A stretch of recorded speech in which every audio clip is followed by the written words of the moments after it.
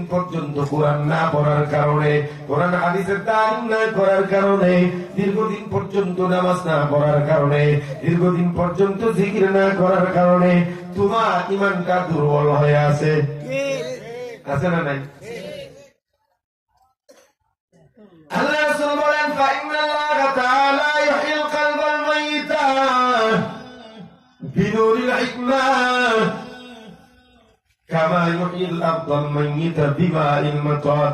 রাসূল বলেন, মুর্দা অরব করে এই হিকমতপূর্ণ নূরের কথার দ্বারা আল্লাহ তাআলা তোমাদের এমন একটা উর্বর কলব বানায় দেয়, যার দ্বারা তোমাদের নতুন করে নামাজ রোজা আমল করতে মন চায়। তাই না? আল্লাহ রাসূল উদাহরণ দেন, কামা ইউহিল আরদাল মাইয়িতা বিমাইল মাতার। আপনারা দেখবেন ফাল্গুন চৈত্র মাসে জমিন ফেটে